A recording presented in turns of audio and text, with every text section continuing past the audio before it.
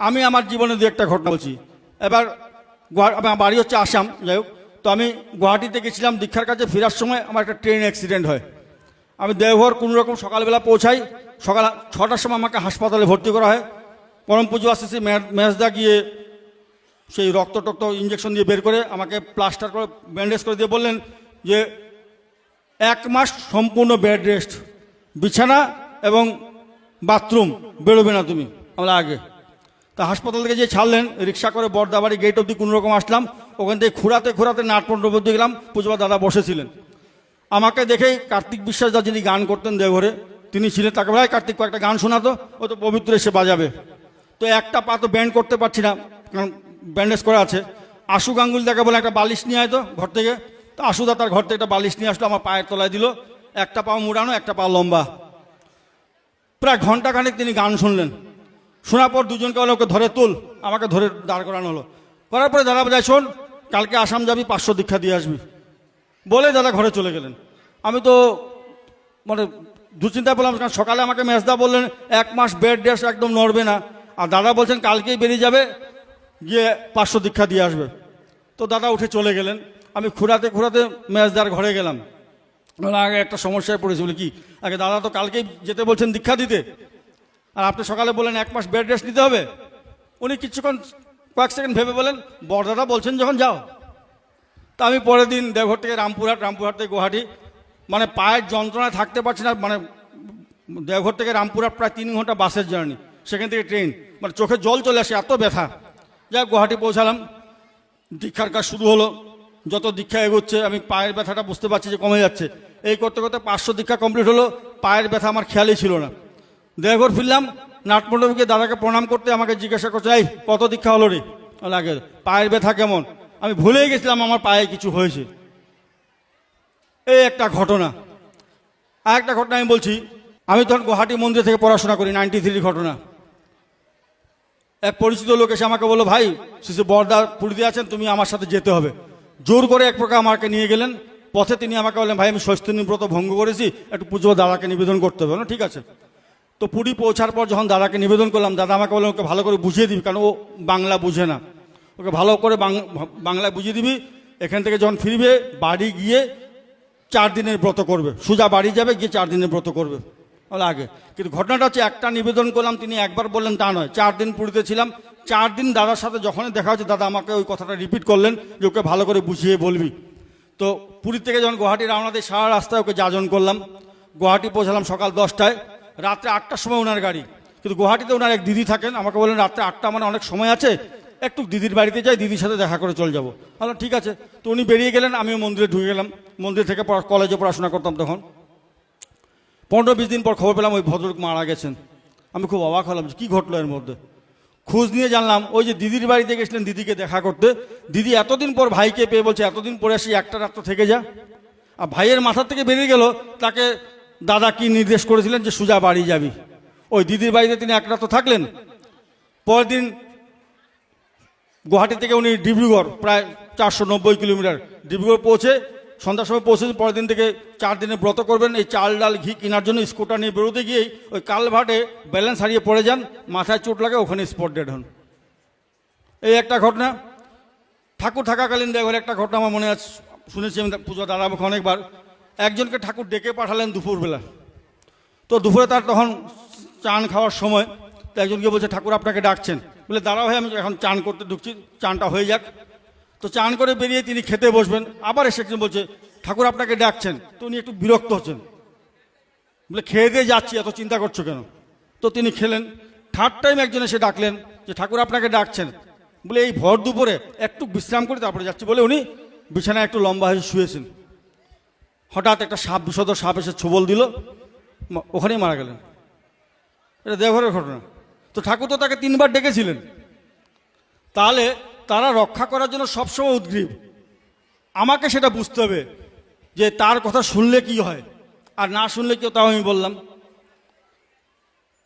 আর এখন যেটা আচার্যদেবের নির্দেশ, এই যে দীক্ষাপত্র কাজ, তিনি কি বলছেন বারবার, যে বাড়ির প্রত্যেকটা লোক তার মতন করে যেন এই কাজে সহযোগিতা করে। তিনি একটা গল্প প্রায় বলেন যে রত্নাকর দস্যু যখন ডাকাতি করতে যায়, তখন ইন্দ্র ছদ্মবেশে ছিলেন। তো বলছে তুমি কার জন্য করো? বলে পরিবারের জন্য। বলে এই পাপের ভাগ সবাই নেবে পরিবারের? বলে হ্যাঁ নেবে। জিজ্ঞাসা করে আসো। দেখা গেলো পরিবারের কেউ দায়িত্ব নিল না। বলে তোমার সংসার তুমি বুঝো। তো দাদা বলছেন যদি পাপের ভাগ পরিবারে কেউ না নেয় তো পুণ্যের ভাগ বা পরিবারে সবাই পাবে কেন? তাহলে পরিবারের একজন ইষ্টকর্ম করছে তা না, প্রত্যেকে তার তার মতন করে করবে। এই যে তার বাস্তব নির্দেশ, এই করার মধ্যে দিয়ে কিন্তু আমাদের সুখ শান্তি যা কিছু আমরা আশা করি বা যা কিছু ভাবি সবটাই কিন্তু সম্ভব হয়ে ওঠে। আমি শেষ কয়েকটা কথা বলছি। এই কর্মক্ষেত্রে এই কাজের ক্ষেত্রে করতে গেলে কি হয়, যখন আমরা ঠাকুরের কাজ করি সহকর্মী অনেক সময় একসাথে অনেকে থাকি, অনেক সময় দেখা যায় ছোট ছোট জিনিস নিয়ে নিজেদের মধ্যে সমস্যা হয়। আমি এমনও শুনি যে এই দাদাকে এই দায়িত্ব দেওয়া হলো কেন, এই দায়িত্ব নিয়েও অনেকে প্রশ্ন করে। এই সম্বন্ধে একটা ঘটনা বলছি। ঠাকুর যখন পার্লারে বসতেন, এক ভদ্রলোক ঠাকুরের সামনে সবসময় গিয়ে বসে থাকতেন কিছু ধূপকাঠি জ্বালিয়ে, ঠাকুরের সামনে বসে থাকতেন। তারপরে নাম শুনে থাকবেন, প্রবীণ কর্মী ছিলেন দুলাল মজুমদার দা। তিনি পূজ্যপাদ দাদাকে বলছেন এই ঠাকুরের সামনে সবসময় ধূপকাঠি জ্বালিয়ে বসে থাকে ভীষণ বিরক্তিকর, ওটাকে ভাগালে হয় না? তো ঠাকুর বলছেন শুনেন দুলাল দা, ঈশ্বরকে যে রক্ষা করতে যায় তাকে রাক্ষস বলে শাস্ত্রে আছে, আপনার কি রাক্ষস হওয়ার ইচ্ছা? তখন দুলাল যাকে না না না না এই বলে পার্লারে দুজন ঢুকলেন প্রণাম করতে। প্রণাম করতে ঠাকুর পূজ্যপাদ দাদাকে এবং দুলালদাকে বললেন যে আমার 2টা করে শাড়ি দরকার, তোরা দিতে পারবি এখন? আগে বলতে পূজ্যপাদ দাদা এবং দুলালদা বেরিয়ে পড়লেন। ওই যে ধূপকাঠি নিয়ে যিনি বসেছিলেন তাকেও তখন ঠাকুর বলে এই তুইও আমাকে 2টা শাড়ি এনে দে না।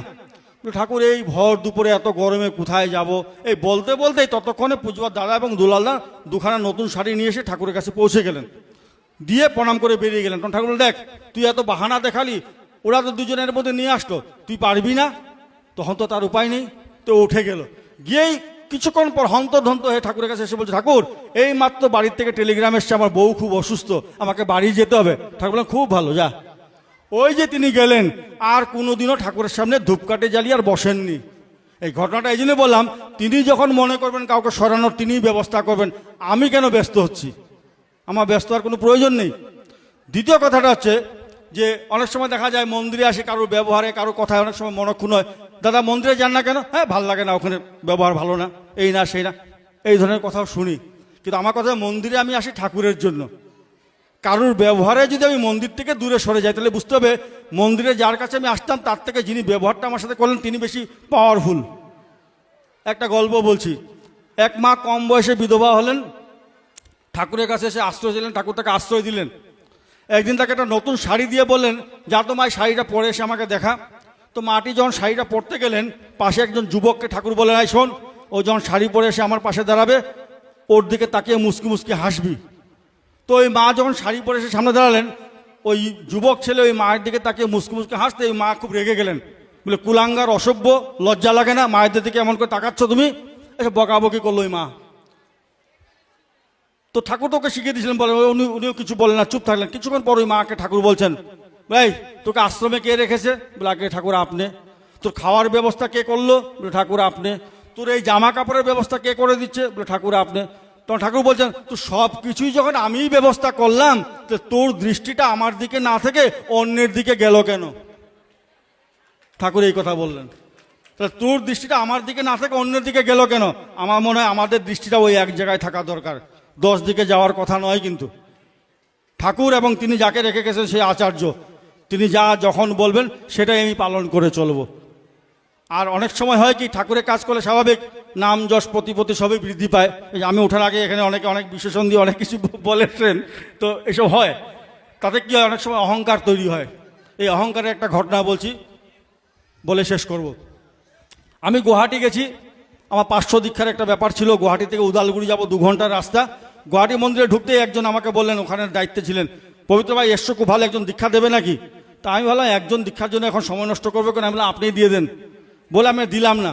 আমি খাওয়া দাওয়া করে আমার গন্তব্যে চলে গেলাম। 498 দীক্ষা যেদিন হলো আমি গুয়াহাটি ফিরে আসি সকাল 7:30 8টা, এবং পরদিন দুপুরবেলা আমার ট্রেন। গুয়াহাটি মন্দিরে 8 জন 10 জন দীক্ষার ডেইলি এমনি হয়। তো আমি ওখানে এসে বললাম ভাই আমার আর 2 জন দীক্ষা হলে 500 হয়ে যাবে। তো বাবুন্দা আমাকে বললেন তোমার হয়ে যাবে, চিন্তা করো না। বলতে বলতে একজনের দীক্ষা হলো 499, আর একজন বাকি। সেই সকাল 9টার থেকে পুরো দিন পার হয়ে গেল, হলো না দীক্ষা। পরের দিন 12:30টায় ট্রেন, 11টা বেজে গেল, দীক্ষার কোনো খবর নাই। আমার মনের মধ্যে তখন ধুরপাক চলছে যে আমি দেওঘর যাব, দাদার কাছে প্রণাম করতে যখন জিজ্ঞাসা করবেন আমি কি করে বলবো যে 499? মানে একটার জন্য হলো না 500। মনের মধ্যে একটা অপরাধ বোধ জেগে উঠলো, সোজা মন্দিরের সামনে গিয়ে কলাপসেবল গেট বাড়ি থেকে ঠাকুরকে প্রণাম করে ক্ষমা চাইলাম যে ঠাকুর আমি অন্যায় করছি, তুমি আমাকে ক্ষমা করো। এই ক্ষমা প্রার্থনা করে প্রণাম করে উঠবো, এমন সময় এক কর্মী দাদা বলেন, আরে পবিত্র ভাই একজন দীক্ষা নেবে, দেবে নাকি? হ্যাঁ এখনই দেবো। ওই একটা দীক্ষা দিয়ে তাড়াতাড়ি স্টেশন পৌঁছালাম, ট্রেন ধরে পরদিন দেওঘর পৌঁছাই। সন্ধ্যার সময় নাটমণ্ডপে দাদাকে প্রণাম করতে বলে, এই কত দীক্ষা হয়েছে? আর আগে 500। বলে কাটায় কাটায়? বলে আগে। একটাও কম না একটাও বেশি না? লাগে না। তিনি তখন বললেন, শোন, তার দয়া ছাড়া একটা দীক্ষাও হয় না। যারা নাটমণ্ডপে উপস্থিত ছিলেন তারা তাদের মতন বুঝেছেন। আমি জানি দাদা এই কথাটা আমাকে কেন বললেন, যে ঠাকুর আমাকে হাড়ে হাড়ে বুঝিয়ে দিলেন যে তোমার নিজস্ব কোনো ক্ষমতাই নেই। একের উপর যত শূন্য বসাবো ততই তার গুরুত্ব বাড়ে, 10, 100, 1000। ওই এক সরে গেলে কিন্তু সবটাই জিরো।